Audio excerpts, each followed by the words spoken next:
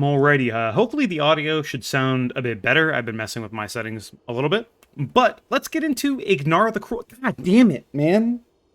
It's Igira the Cruel. I have done Aberrus so many times that after fighting Warlord Cagney in the Salt of Zakali encounter, all I can hear is him going, Ignara! Blah, blah, blah, and it's burned in my brain, man. It's burned in my fucking brain. So I have called this boss Ignara over and over again, but it's Igira the Cruel. Igira the Cruel is the boss. But for our talent setup, just like Mythic Gnarl Root, there's going to be adds in this fight to cleave, so we'll be running our multi-target raid setup with Dancing Blades. It is better than Titanic Rage. It just does more damage. And you'll see, and I'll have something to note about that in the video. But here's our raid setup, and let's get into the fight. You'll notice I'll do a couple things wrong in this fight, and I'll point them out when I do them wrong. But I can point the first thing I do wrong right off the rip. You'll notice in this top left corner here, our ERT note, we have a spear set coming out at 9 seconds. What you want to do is you can use your Odin's Fury Recklessness off the rip, but you want to save your Avatar Roar for that spear set. I didn't, so I lost out on a ton of potential damage, and those spears lasted way longer than they were supposed to. To note as well, sending your Odin's Fury first in this fight, just like you normally would on pull, means it will be up for the second spear set here at 30 seconds. So we'll use our main cooldowns for the first spear set, and then our Odin's Fury for the second spear set. Fury Warrior is a class that is very good at priority damage, and then doing side cleave at the same time, right? That's what we're going to do. But you'll see me mess this up instantly by using my Avatar and Thunderous Roar essentially right off the rip before the spears even come out. Used it right there. Spears are coming out. That was bad. You want to save that. So one main mechanic of this fight is it has a Sludge Fist-like mechanic where if the boss is hitting the primary target, the tank, and it's also hitting the next closest target. So you see our tanks are marked and they're stacked together. While the boss is casting Twisting Blades or Blistering Spear or the Intermission Torment, it is not auto-attacking, so you're safe to be near the tanks. I prefer moving into the tanks here for people setting up their spears, and then moving back out. You're plenty safe. Just make sure you move out before it starts auto-attacking again, right? But if you do get in the way, you'll actually see a couple of our raid members die from this. If you do get in the way of the tanks, you're just going to get one shot. The only other thing that I should note about these spears is because we're running Dancing Blades when we pop any of our cooldowns, we're not going to get 4 stacks of Whirlwind going into it. So what you want to do is you want to spend a global, like I did here, on Whirlwind before the spears come out, so you can step in, get your Odin's Fury or your Roar or whatever cooldowns you're running into these spears as soon as possible, and then already have stacks of Whirlwind at the ready, right? So this spear mechanic is going to happen multiple times throughout the fight. It is a very simple mechanic. That Blades mechanic is mainly a range thing. You can just walk right past it. But the upcoming mechanics are these 3 soaks, right? Depending on what you soak, we're soaking this one here. The other 2 activate and are what you're going to be dealing with. So here we have the bosses doing leaps and heart stoppers. Heart stoppers, as a mechanic, puts a heal absorb on you, and when that heal absorb is removed, you also spit out these little balls around your character that do a ton of damage and leave a dot on your raid members. You're going to see me make a mistake instantly with these heart stoppers. And what I'm going to do is using my health pot and or impending victory to get rid of the heal absorb right next to my teammates. What you are supposed to do with this mechanic, with the Heartstopper mechanic you're about to see, is spread out, then use a health pot, everybody gets to dodge, you're safe and sound, right?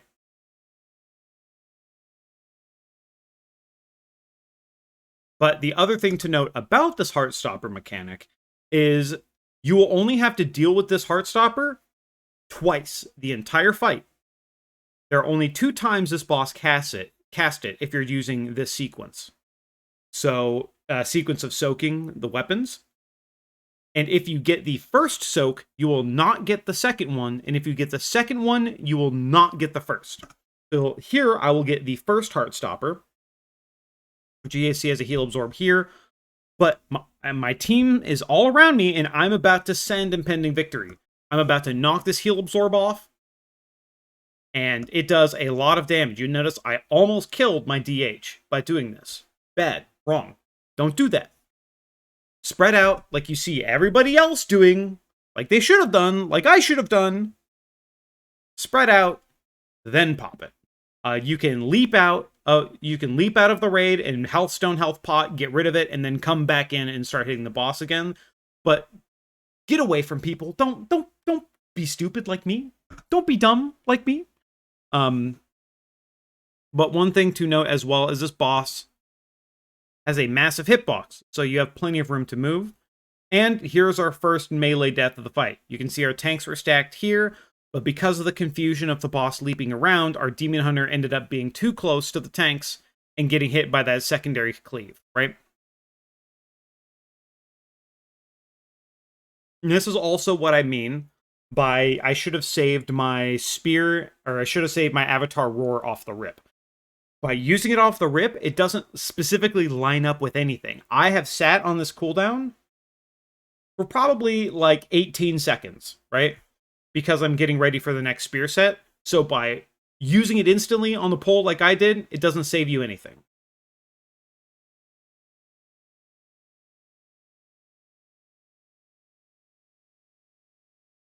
So I got the first set of Heartstoppers. I did not get the second set of Heartstoppers, which means that I'm free to do whatever, right? Very simple. You just have to make sure that once again, coming out of this, you're not near the tanks. Also to note, the boss is here, and I'm over here, and I'm still hitting it. Warrior has the smallest melee range in the game. And this boss has infinite range you can hit it from. You'll notice our Hunter is here, but our secondary tank is not here. Only the skull is, so our Hunter is about to die. Hunter's dead. But other than that, the fight kind of plays itself. The most important thing if you're early progging or you're doing pugs of this, is getting these spears in the right position, right? If all of these spears are set up like this, everybody can cleave, everybody can kill them, you're good to go. These spears need to die because for the follow-up mechanics will kill you if you're stuck in a spear. So the most pain point of this fight is definitely just getting people out of spears correctly and just positioning them correctly, which will help you get them out of spears, right?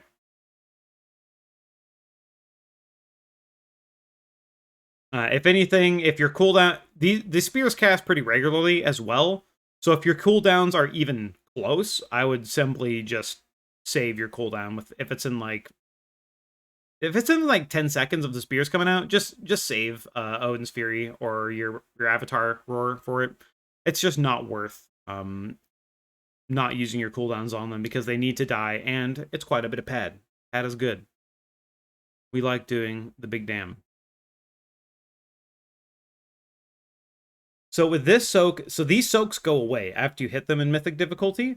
So now we're soaking the Heartstopper mechanic. Because we're soaking the Heartstopper weapon, we're not going to ever deal with Heartstopper again. So you only have to deal with that shit once. But we're going to get slant leaps again, and we're going to get the tank soak. So your group should have pre-assigned which groups are going to the tank soak. You'll notice that I know the spears are coming up, so I am not sending my cooldowns yet. I'm just sitting on them. It's not worth it. So, excuse me. This fight's not too interesting to talk about because it's very, very simple. A lot of it, like I said, is just setting up your Whirlwind for the spears coming out and getting them killed. It's a very simple fight. It's a very easy fight.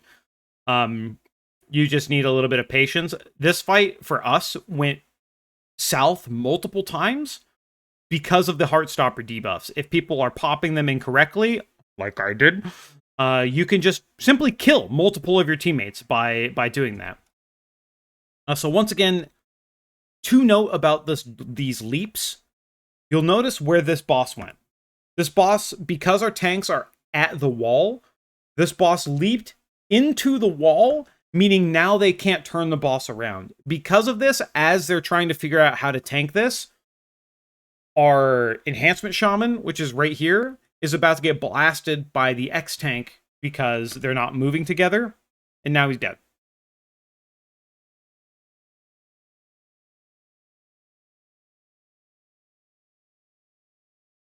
It's more important to just position the spears around the boss than have the boss positioned in one of these sets. So you'll notice, because our damage is low on these spear sets, we're down a couple people. These back spears were actually too far away, so we're not killing them correctly. Because these spears didn't die fast enough, the raid is about to take a ton of damage because not everybody that's supposed to be in the soak is getting there in time.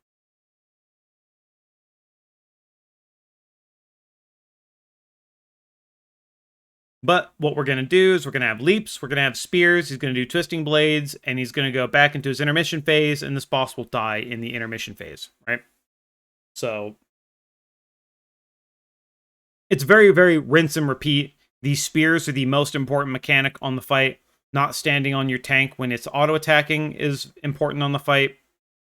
But it's a very, very simple fight. This fight is going to be very nice for pugs. It's going to be very easy for pugs to do. And you will probably be pugging this for your 2-boss mythic very quickly. I don't know when Cross Realm opens up. It might be opened up already.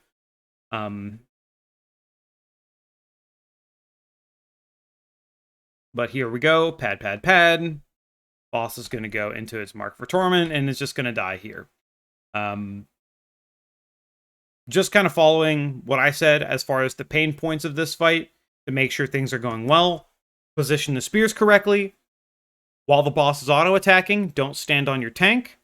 Don't pop your Heartstopper early, or you could kill other people, like I almost did. And save your first big cooldown set for the first spears of the fight at this 9-second point, and it'll line up for the rest of them very nicely. So that's how you do this fight. Like the previous video, let's look at the parse for this fight. This parse was a 91. This parse probably would have been a decent bit higher if I would have used my cooldowns correctly on that first spear set. And realistically, as your group and as everybody's getting more and more gear, those spears are just going to evaporate, right? They're just going to evaporate. You're not going to be able to pad as much on them. And what's probably going to happen is within groups that are specifically planning on how to pad, on how to parse this fight, they're going to have a couple people just all-inning those fucking spears every other set, right? So every time they have cooldowns, they're going to assign a couple people that it's their turn to parse. So realistically, I wouldn't worry about parsing on this fight. Parsing on this fight is going to be cringe, and it is going to, if you try to play very parsy, you're probably going to be doing a disservice to your team. Just make sure you're killing the spears as quick as possible. You don't have to tell other people not to hit them. Don't do that. But it is a very simple fight. You should be able to pug this if you haven't done Mythic before. I would highly recommend doing Cross Realm Mythic, just getting a taste for it. And that's kind of it. Thank you very much for watching, and I hope you have a good one. Peace.